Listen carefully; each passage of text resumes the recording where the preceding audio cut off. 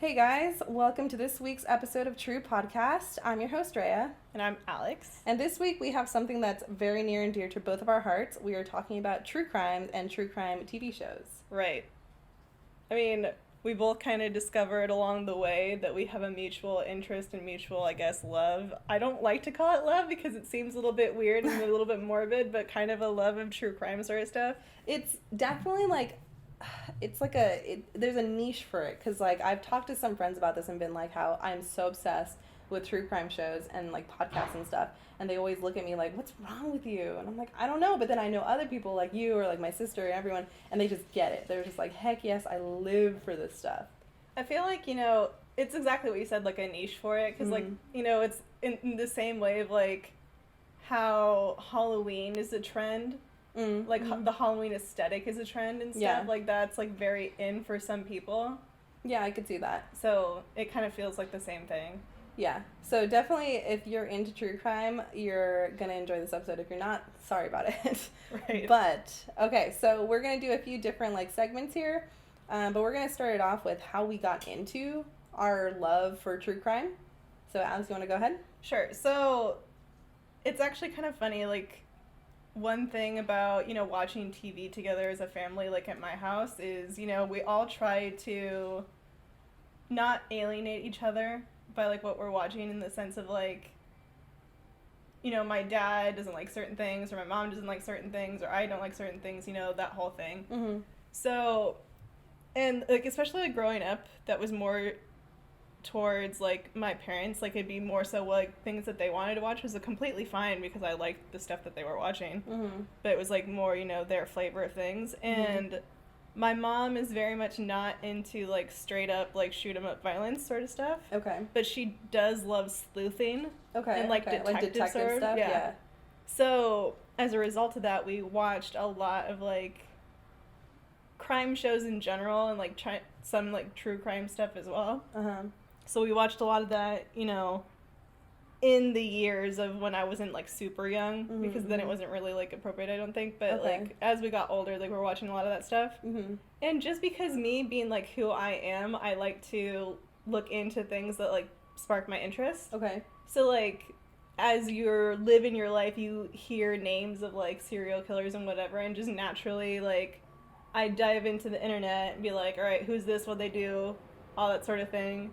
And that, one page will lead to another page, and then all of a sudden you're knee deep in all this serial killer stuff. I can totally relate to that. Yes. So I've that's fallen down that rabbit the hole. bulk for me is really that, actually, is my own independent research. Okay. Not as much watching shows, but I still enjoy that stuff just because that's what we watch at home. Mm-hmm, mm-hmm. Okay, so funny you said how you didn't start watching these shows when you were super young, because for me it was actually opposite. So it was really weird because growing up, my mom didn't let me or my sister watch a lot of shows. Mm-hmm. So we weren't allowed to watch SpongeBob or shows like that because she thought it was gonna make us stupider or something. Okay. But we used to always watch Forensic Files. My mom didn't stop us from watching that, which I don't know her reasoning, but I mean I'm okay with it because I love it. But my sister was really obsessed with Forensic Files when we were kids. So, I would always watch it because she was watching it, and, I was always just, I was the younger sibling, so, I would just have to do what my older sibling wanted to do. Right. But it was legitimately interesting to me, and then, as I was older, I ended up being a criminology minor in college. So that whole just, theme of true crime and, how to investigate crimes and just, forensics was always, an interest for me. Mm-hmm. And it definitely has spiraled and just kind of snowballed into this state that I'm in now, where it's almost borderline unhealthy, how much I watch these shows. Right. But I mean, it doesn't bother me, but when I talk about it, I'm just ooh, it doesn't sound great. Right, and it's something that I'll get into a little bit later as well. Really reading about it doesn't bother me as much, because I think you could have a certain amount of detachment. Okay. And even, watching it in a fictional sense doesn't bother me as much, but when, we'll talk about it a little bit later, but when it gets, into more detailed stuff, that's when I start getting the heebie-jeebies, which I didn't know that happened to me. Okay. About this stuff, but I found that out recently. But yeah, and that'll be our last segment, shows that we can't watch, but we'll get to that. But anyway, so... it came up between us then, our mutual interest in this whole thing, back when Drea had her business at the boba shop, and I was like moonlighting there, basically. And Drea is like super into watching YouTube stuff.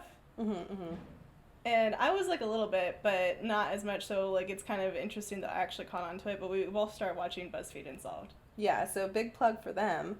But I think we both put this in our notes, how we just like, the main thing about this show is that we love the playful banter that goes between the two hosts, Shane and Ryan. Right. I feel like that's what really makes the channel. Oh, for sure. But just a quick side note, like, they do a lot of true crime, like, but every other season they switch off between doing true crime and doing supernatural, and I actually probably prefer the supernatural segments, but I also like the true crime, and obviously, since we're talking about true crime, but one quick shout out, there are 3 horrifying cases of ghosts and demons. If you haven't watched it, guys, oh my gosh, it is the best episode ever. See, I feel like, you know, this is really indicative of, like, our personalities, because Drea is really more for the supernatural seasons, and I'm really more for the true crime seasons, which, you know, I put this, you know, in my part as well, that I feel like we kind of did our supernatural episode on our podcast kind of because of our mutual interest in BuzzFeed Unsolved Supernatural. Yeah. Where, you know, it just makes so much more sense because, like, I feel like out of the two of us, I'm more of, like, the Shane type personality, and Drea's more of the Ryan type personality. Totally. And that's, like, shows in our tastes on which seasons we even prefer. Yeah, totally agree. Yeah, so, like, for the true crime seasons, my favorite episode would definitely have to be the one that's called The Bizarre Collar Bomb Bank Robbery. And so basically this whole episode is, like, this really odd case where this pizza worker, like, I don't know what he is, he works at a pizza place. He, like, gets a call for an order, and when he goes on delivery, like, he gets found trying to rob a bank with a bomb collar on his neck. And so it's, like, really bizarre because, like, they're just like, what is this? Like, la la la. And as they were, like, sitting there and trying to figure it out, the bomb, like, exploded. And, like, this guy dies. And so it was, like, really bizarre because it was, like, was he involved with it? Like, how did this happen? Like, was somebody... Because there was, like, explicit, like, steps that he was given and, like, different, like... It was, like, a scavenger hunt almost to, like, rob this bank. Really odd. And so, obviously, like, all of their episodes are unsolved mysteries, so they don't really actually know, like, you know, was it an inside job? Was he being, like, manipulated in some way? It was just really odd, and I think that this was my favorite episode. If you guys want to give it a look-see, I would recommend it. I think that, on that note, my favorite episode from their true crime seasons is The Odd Death of Michelle von Emster. So I don't know if you remember this one. It's pretty early on. I do remember this one. In this whole thing. So basically it's about a woman who's found dead by 2 surfers in San Diego, and she's, like, face down in water. And it looks as though that she's died in a shark attack because her leg is missing. And it's in, you know, the ocean, whatever. But the details around the case make it suggest that maybe it wasn't a shark at all because, like, there's different, like, weird aspects to, like, the clues, like, that they found, like... She had swallowed sand, like, from the bottom of the ocean, and, like, her leg, like, what was left of her leg. Apparently, like, according to the experts on shark attacks, like, when a shark bites through someone's leg, it's a clean break. Like, someone took a table saw and just, like, sawed it off. But what it was actually was, it was sharpened to a point almost. So that's not something that a shark is able to do. And then also... her neck was broken. Is this also that episode where, like, they were, like, finding all these things, and then there was that shark that was in captivity, and then he threw up her leg? No, I don't remember that episode. Are you sure? I just listened to it on the way over here. Oh, okay, so there's another episode where something like that happens, where, like, this shark that's in captivity, like, throws up, like, a body part of someone who had died. But, like, the shark was in captivity, so it's, like, really weird. That is pretty weird. But no, that's not what happened in this one, because what they were saying, because there was evidence on the body of sharks feeding on it, but it was, like, in a post-mortem sense where, like, some blue sharks, I think they're called, had, like, nibbled on the body afterwards. Interesting. But they wouldn't have had the power to, like, take off the woman's leg. Yeah. Like, that's apparently, according to the experts that were involved in the case, that's only something a great white could have done, and that kind of, you know... bite that was, you know, there because it sharpened to a point, like, that was impossible for that kind of shark. Right. So Ooh. Oh yeah, all the experts were like, I don't think that this is a shark attack, and then also like the coroner who like performed like the autopsy and whatever, Yeah. and said it was a shark attack, Yeah. had never seen a body that had been killed by a shark Interesting. before, ever, Interesting. and like he didn't show it to like the experts that he talked to, like he just went over to like their facility and like looked at like different things, like, oh yeah, that's a shark attack, and then like there's like this whole laundry list of suspects that it could have been, like, if it was, like, a murder. Like, there was this one, like, stalker that she had, and, like, she had worked at, like, an office supply, like, place that did, like, copies, and, like, he came in, like, with a copy of her autopsy report and wanted copies of it and stuff. So just, like, it was very interesting, I think. It's odd, definitely. It was just, like, how did any of this happen? How did she get sand in her stomach? What happened here? La la la, yeah. Yeah, I mean, overall, like, their whole channel is really good. I would recommend it to anyone who's interested in true crime or supernatural. They also have a recent series that they released, which is only like 3 episodes long. They haven't really continued with it, but it's called Are You Scared? And it's really good. It's basically where Ryan tells Shane's like these different stories that he finds on Reddit, and some of them are fake, but some of them are also true. And that's on Watcher, right? Oh, it is on the Watcher, you're right. Yeah, it's not on their BuzzFeed Unsolved channel, it's on their Watcher channel. So if you're interested in that, head over there. And it's interesting because I wasn't really that into, like, their Watcher channel, and then, like, hanging out with Drea was like, oh, watch these things, man. So, like, we watched one that for real had me, so like, scary. Some kind of shook. Yeah, it's scary.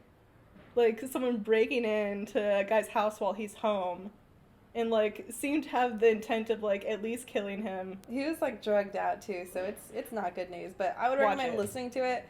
Head over there, watch her. This is such a good plug for Shane and Ryan. Okay, so let's move on to some TV shows / YouTube / documentaries that we like. Right.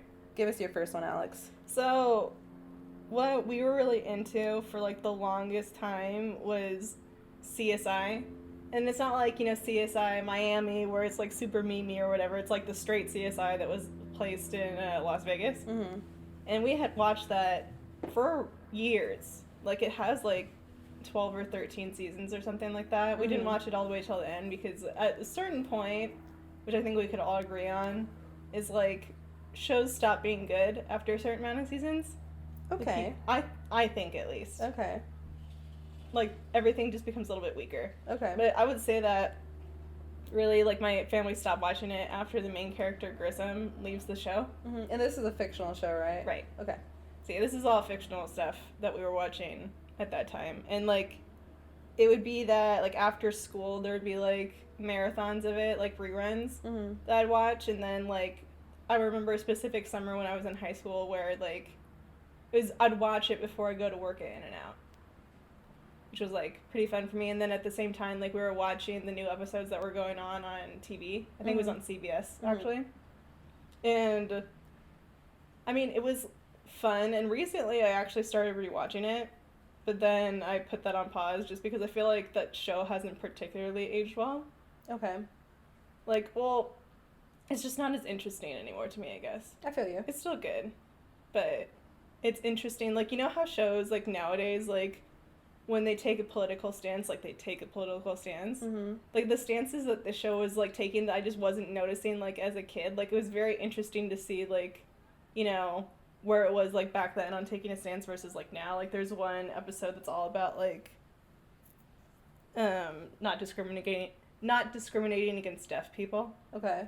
And then also, like, for, midgets. Oh, interesting. And that stuff. Interesting. Yeah, so that was kind of cool. I like that show quite a bit. I'm probably not going to finish rewatching it. I feel you. Yeah, there's some shows that definitely, like, you know, you used to like them, and then when you rewatch it, it's like, oh, not that great. But, yeah, anything else on that one? On CSI? Yeah, on CSI. No, cool. Okay.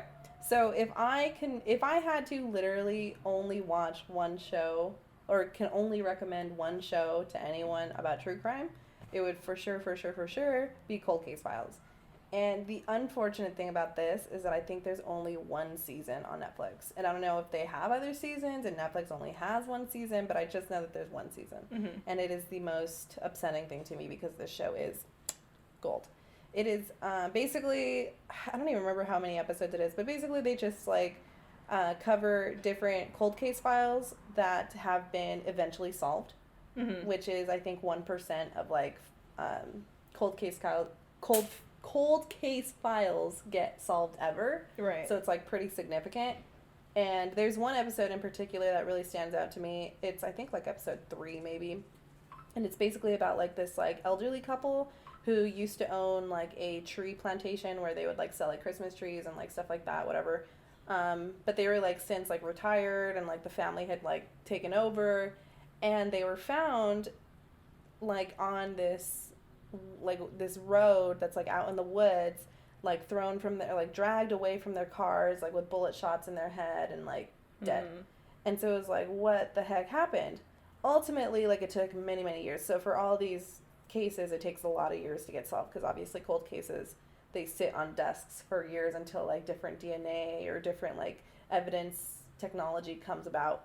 But ultimately they find out that it was this guy, I think it was actually, well, was it brothers or a guy? I forget. But it's this guy who basically knew or used to work for their little tree plantation, and he knew that, like, the family had money. So he, like, broke into their house looking for money and, like, found that, like, they didn't have any there, but then found bank statements saying, like, how much was in their bank.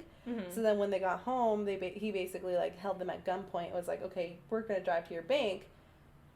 And then they, like, drove to the bank, and, like, they called in, like, hey, I'm going to be withdrawing this amount, have it ready for me.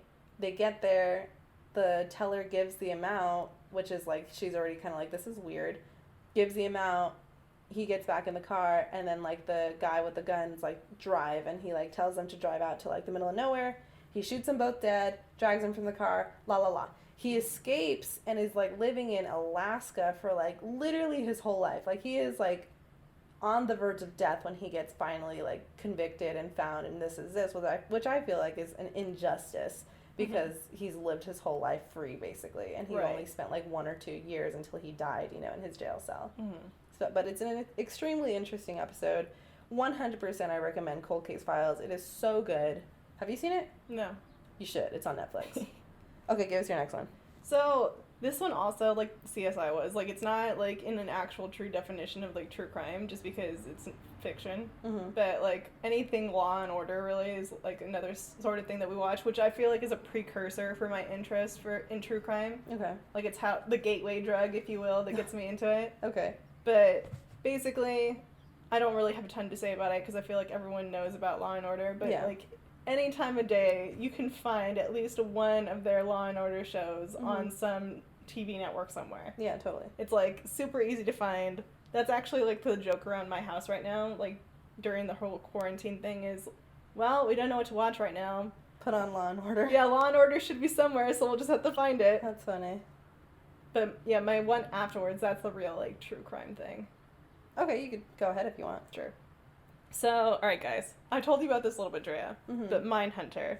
So this is a Netflix show that I started watching because it was recommended to me by a coworker, because we were talking about, like, sort of true crime stuff and whatever. And here's the thing. I should not have started watching this with my parents, probably, I think. Just because, like, the subject matter is a little bit difficult, I think, to watch with your parents. Okay. Just because of a whole bunch of different factors and whatever. But anyway, so it's a little bit weird for me to watch because of that. But then, so the whole idea of Mindhunter is it's like set in the, like, mid to late 70s. And it's about the FBI's behavioral analysis unit, like, really starting to work on classifying what a serial killer was, because, like, that wasn't a part of their thought process back in the day. Like, that's something that had to be developed, is, like, the thought of killers who murder people in sequence, and the thoughts they had behind that. Like, why would they do that? What's the intent and all this stuff? Like, is there a reason why they're behaving in the way that they are? So the whole deal is, the main character, like, he's the one who he had worked before in hostage negotiation, and, like, he had started, like, the whole idea of, like, thinking about, like, why do people who kill in sequence, like, do this sort of thing? Okay. Because, like, his work through hostage negotiation, like, he has to get into the head of the person holding people hostage. So, like, it led to this whole point. And basically, like, the show ends up being kind of about, like, his travels with, you know, his coworkers in the FBI, because it's, like, a very, like, small unit that's doing this, going around to different prisons, talking to what would later be named serial killers. Because, like, they weren't called that at the time. At the time, right.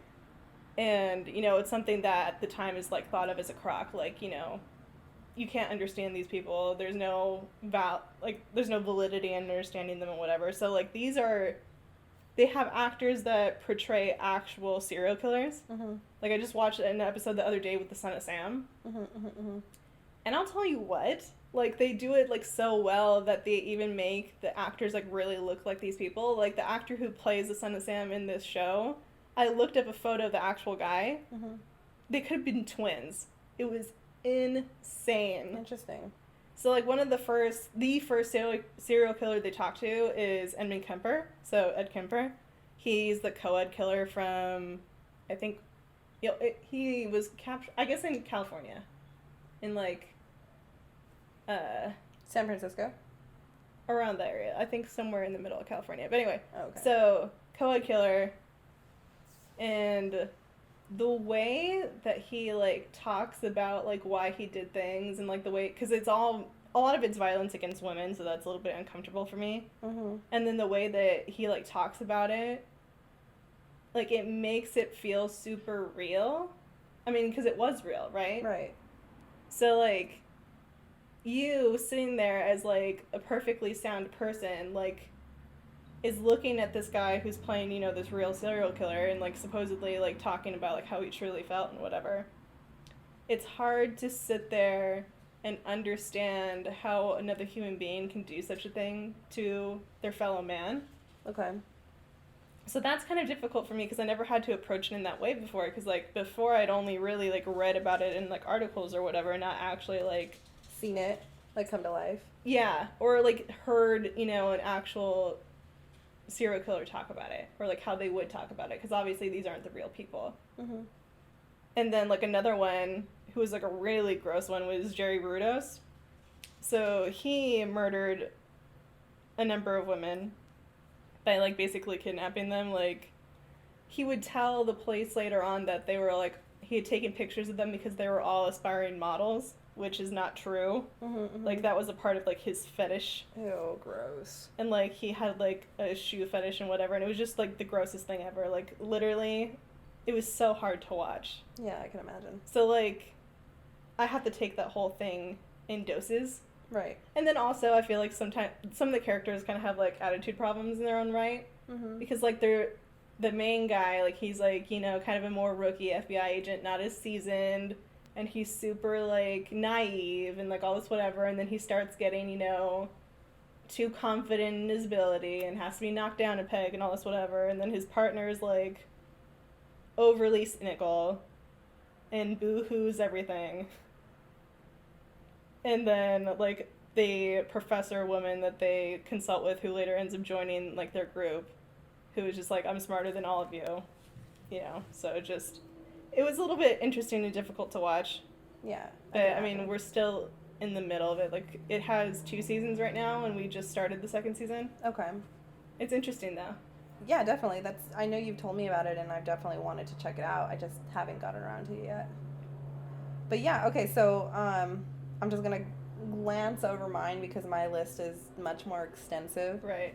And like, my list is literally not even covering, like, all of the true crime items that I've watched, because I'm much more of, like, a documentary type person. So, like, you saying how it's kind of unsettling for you to watch, like, see these people and, like, see their rationale and say, like, you know, the things, like, that drove them to do things, like, that's more of the stuff that I actually like to watch because I find it so fascinating that, like, a person can think that way. So, okay, so, like, really fast. So, basically, I talked about Forensic Files. They have, like, basically 9 seasons, I think. I literally watch the show every single morning when I'm getting ready for work. It's problematic in ways, but I love it. It's an old show, but I actually think it stands the test of time. Like, kind of how you're saying, like, CSI is kind of, like, iffy. But Forensic Files, I feel like definitely, like, even today, like, if it came out today, I'd be like, yes, I'm invested. There's another show on Netflix that's called The Innocence Files, and I actually haven't finished this series, but it's sensational. The reason I haven't finished it is because it is a little bit challenging to watch, because the whole premise of it is that it's basically like people who have been wrongfully convicted for crimes they haven't done. Right, yeah. Yeah, and so there's this whole like project and organization that works to, you know, overturn their convictions. Mm-hmm. And it's really sad because, like, you know, a lot of times they're in there for many, many years, and, like, you know, they do get restitution after the fact, but it's like, what can you really put a price on, like, your life and, like, the years that you had to waste in incarceration, you know? Right, and I feel like at a certain point, like, if you've been convicted for something, it doesn't necessarily matter that it's been, like, overturned. Like, you still carry that conviction around with you. Yeah, totally. Like, people around you are going to be like, oh, he was, like, convicted for murdering this person, you know? Even though it was false, like, they're still going to think that of you. Right. So, yeah, it's, like, it's this whole thing. It's really good. I really highly recommend it. The first, like, 3 episodes are sensational. I think I stopped around episode 5 because it, like, I think in that episode they ended up not being successful in overturning someone's verdict, Mm-hmm. which, like, really made me sad. And I think that's why, like, I took a break from it. Right. So that was another good one. And then, like I said, I'm really big on documentaries. So, like, just to name a few, like, all the new ones that come out, like Making a Murderer, which is so sad. A Killer Inside the Mind of Aaron Hernandez. I literally watched that, like, the second it came out and, like, I mean, it's only, like, 3 episodes, I think. Or it's, like, something short. It's, like, a mini-series. Super interesting. It's about a professional football player who, like, murdered, like, 2 people, and, like, just how, football and his injuries, like, created these, like, brain injuries that caused him to act in certain ways. Yeah. Very interesting. 100% recommend it. Super short. You and me actually watched the Conversations with the Killer, the Ted Bundy tapes, which was a funny story. We had gone to Knott's Berry Farm and gone on literally, like, every single ride within an hour, and I was so unbelievably motion sick. We had to leave. Yeah, we got KO'd by Ghost Rider. Yeah, like, it was over. Like, we rode in my defense, we rode every ride in the park, like every big ride in the park, with the exception of maybe, like, no, I think we rode all the big ones. Yeah, all the big things, because granted, this was, like, a Tuesday morning in, like, January or February. Yeah, so, like no super one was off there. season. Yeah, no one was there. So we did it all in 1 hour, and I'm also prone to get motion sick, and then couple that with doing that all so fast, I was like, nope, I'm gonna die. So we came home, and, like, I was, like, you know, on the verge of, like, am I going to throw up? Am I going to die? La, la, la. And we thought it was a good idea to watch the Ted Bundy tapes, which we ended up watching all of them in one day. And it was amazing. I thought it was so great, super interesting. I think we both fell asleep at one point just because we were tired. We for sure did, because I remember waking up and, like, looking over at you and you were still asleep, and I was just, like, kind of watching. And here's my only, like, 2 cents, I guess, about the Ted Bundy tapes. Uh-huh. It was very interesting, Mm-hmm. but I feel like the actual elements of it, like, that were the tapes, were just him going so, like, crazy and so, like, ham and not really, like, making any sense, that it didn't, like, add anything for me as far as, like, the why. Like, why did you do it sort of thing? I think it, like, but I feel like that gives you the why, because it's just, like, because he's so unhinged. Mm. You know what I mean? But it was really, that was a very interesting documentary in the sense of, like, I still think about how, you know, people at the time of his arrest were campaigning for him to be set loose. Yeah, because they're just like, there was no way that he could have done what you're saying that he did. Yeah, it was definitely, like, a cult following, and it also, like, goes to show how serious it is, the fact that when they released the whole, like, the Zac Efron version of it, how all these girls were, like, fangirling over this, like, character of Ted Bundy, and it's like Netflix had to release a statement being like, don't lust over this serial killer. Like, literally, there are so many other people and other characters you can lust over. Why are you lusting over Ted Bundy? Right. So it just goes to show how serious he was as a serial killer and how much of a cult following he had. Right. So definitely a good one. Just 3 more really good documentaries I would like to recommend to you. There's a documentary on Netflix called The Pharmacist, and it is so good. It's basically about this dad who's a pharmacist, and his son dies from a drug overdose, and he starts noticing that other kids in the, like, area that he lives start getting all these different prescriptions for oxycodone. And, like, it was just at a rate that was, like, outrageous, and he was just like, so many kids are getting it, they're high dosages, what's going on? And so he starts doing his own private investigation as to, like, why is this drug being abused, basically. And he tries to reach out to the local police, tries to reach out to DEA, nothing's happening. He finds out that it's this one woman in particular who literally, he finds out you can basically just go in and pay your way to getting a prescription for oxycodone. And ultimately he takes down, like, this woman without the help of the DA, without the help of the local law enforcement. He, like, does all his own private research and, like, does this huge, like, makes a big, like, change in history for, one, the usage of oxycodone and, like, the, like, abuse of the prescription system by, like, doctors. So it's a really good documentary. I think it's only, like, maybe 3-4 episodes long. It's super good. I've also seen the documentary Who Took Johnny. It was on Netflix for a while. I think it might have taken it off. And this is a really important benchmark case because it was the first, like, documented kidnapping that, like, that changed the laws for how to handle a kidnapping case. Because at the time, I guess, like, if you reported someone or you couldn't report someone missing unless, like, they had been gone for, like, 72 hours or something like that. Right, yeah. Even though, like, this mom knew that he was kidnapped, like, the second he was kidnapped, you know?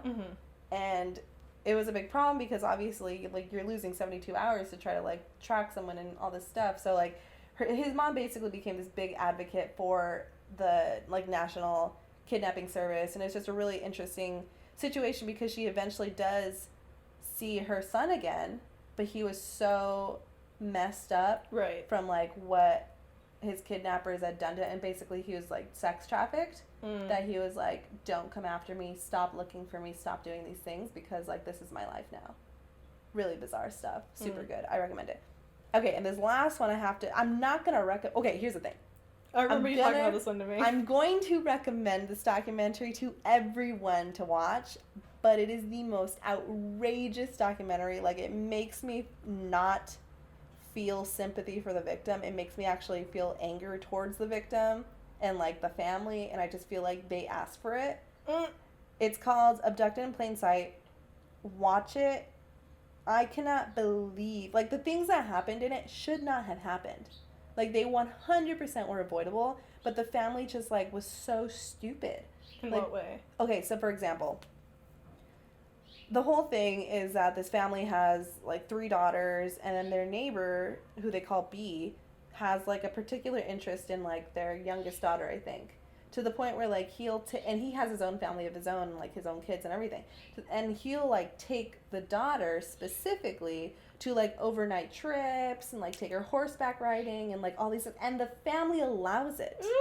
That's what I'm saying. And that's just one example. That's just one example. It's just like, okay, if you as a family are allowing these things to happen, this grown man with, like, your, like, 11-year-old daughter. Right. You're stupid, you know? Yeah, that's a little nutty. Yeah, and that's just, like, literally just one example. And, like, a million other things happen where, like, okay, it's the family's fault. It really is. And I hate to say that because, like, you know, I hate to blame the victim. But in this particular documentary, it is impossible not to blame the victim. Because they really, like, sewed their own story.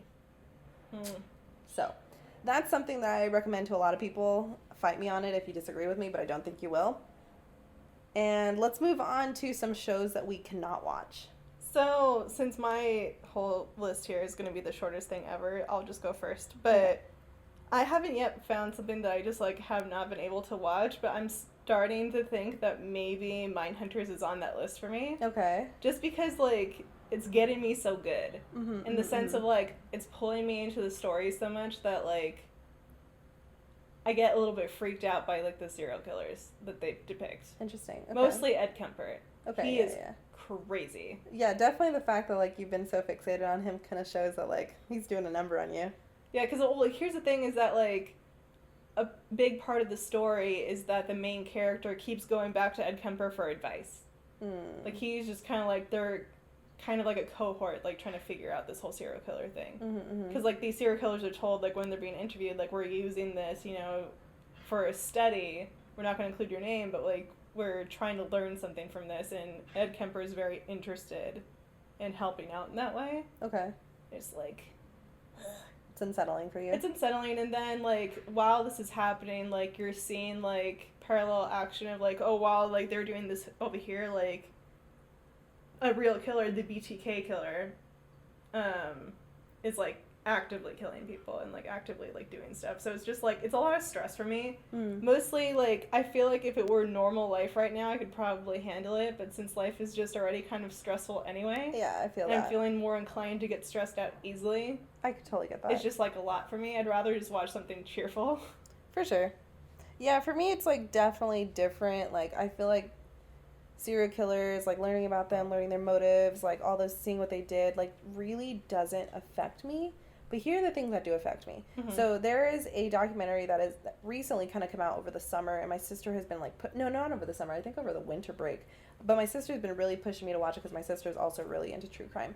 And the thing is, I can't watch it because I know something happens in it, and I cannot watch things like this. It's Don't F with Cats. Obviously, I'm censoring myself, but that's what it's called. Yeah. And I know that it deals with animal abuse. That's disgusting. I cannot watch things with that. Like, it will mess me up for days. Like, I won't stop thinking about it. I'll just, like, if I start thinking about it, I'll cry. Like, it's too much. So anything with animal abuse, can't do it. If they mention it, fine. If I see it, can't do it. Another one that isn't so much a nonfiction, but it's still based off of true events, is Chernobyl. Now, are you talking about the HBO series? Yeah. Okay, I watched that one. I was actually pretty interested in it. I know, yeah. Everyone's been recommending it to me. Like, I hear it's really great, but it's just so horrific that, like, I can't bring myself to watch it. And I know that there's a scene with a dog, and that's all I know, and I'm just like, I don't want to see it. I don't want to know about it. I'm here to tell you right now, 100%, thank goodness, like, trigger warning somewhere, someone told me this was going to happen. I fast-forwarded through that. Yeah, I somebody told me it was something with the dog. I don't even know what happens, but I'm like, I don't want to know. Don't tell me what happens. Drea, it's awful. Don't tell me what happens. Don't tell me what happens. Like, I'm being serious. Do not tell me what happens, because that really messes me up. And because of that, I'm like, I'm too scared to watch it, even though I heard it's a really fantastic show. And I kind of, because I know I did research into it, like, back when it first came out and whatever, because I was watching it when I was at work at Fox, actually. Yeah. And it is so incredibly frustrating to watch it on this side of history, like, when you know what happened. Because basically the government was trying to keep it under wraps. Right. Like, the entire time, just like, no, this isn't happening, you know, while it's happening, basically. Yeah. It didn't have to be the way that it was. Yeah, totally. So if that's true, it's, like, incredibly frustrating. Yeah, it's horrific. That's a show I can't watch. And lastly, the other show that, like, I've been wanting to watch, but I haven't been able to, just because I'm scared, is on Netflix. It is The Trials of Gabriel Fernandez. And I know about this case, and that's why I haven't watched it. And basically it's about this little boy who his parents basically abused him to the point where they ended up killing him. And it's just so sad, and I can't bring myself to watch it, even though it is a case that interests me very, very much. But it's just I can't, you know, like, I don't want to see that. Yeah. Anything with kids, it's like, I want to see that. It's particularly unholy when it's kids. Yeah, like, if it's like, because Forensic Files has a few episodes where, like, you know, it's like a kid got murdered or something, but, like, they don't. It's, you know, Forensic Files is like a 30-minute episode, and they show, like, the beginning, like, oh, this person was found dead here, blah, blah, blah, blah, and that's all, and they move on to, like, finding the killer. But, like, this whole documentary is basically, like, the story of the kid and what happened and how it led to the point and, like, the trial of it, and I'm just like, I don't want to see it. I don't want to see that in depth to it. Right. So, those three are the ones I can't watch. Other than that, I can fall asleep to watching true crime stuff, which I know is unsettling to a lot of people, but I'm just like, it's so interesting to me. I can do it. But yeah, anything else you want to say about it, Alex? I mean, it kind of seems like, you know, if you're really, like, boiling it down, we kind of get the heebie-jeebies over similar things. Like, I think that to a certain point, the reality of certain acts is just a little bit too much for us, but the acts might just be different and, like, to what level it's, you know, being shown and talked about. Yeah, totally. But it kind of sounds like we get, you know, skeeved out over similar things. Yeah, I could agree with that. Definitely, it's like we said, it's a niche to like these types of things, but if you do, it's an obsession. Yeah, for real. I, like, spent, like, one night after watching a certain, like, episode of Mindhunter, I, just, like, was, not that Wikipedia is, like, such a great, like, source to use, because it's definitely not. Right. But, like, I was on Wikipedia, and I was looking up one of the serial killers that they were talking to, and that led me to, like, they have a list of all the confirmed serial killers in the Mhm. United States and then all the unconfirmed ones. So I was like going through that list, and it's an interesting read for sure. Yeah, I can totally see that. But anyway, yeah, so I hope you guys thought that was interesting. If you guys like true crime, I'm sure this probably was something of interest to you, and I hope you guys do check out some of the shows and YouTube channels that we suggested. But if you guys like this, maybe we'll do another episode in the future where we go over some, like, certain cases. Maybe we won't. I don't know. We'll see how it goes. Yeah. But thanks for tuning in, y'all, and we will see you next week.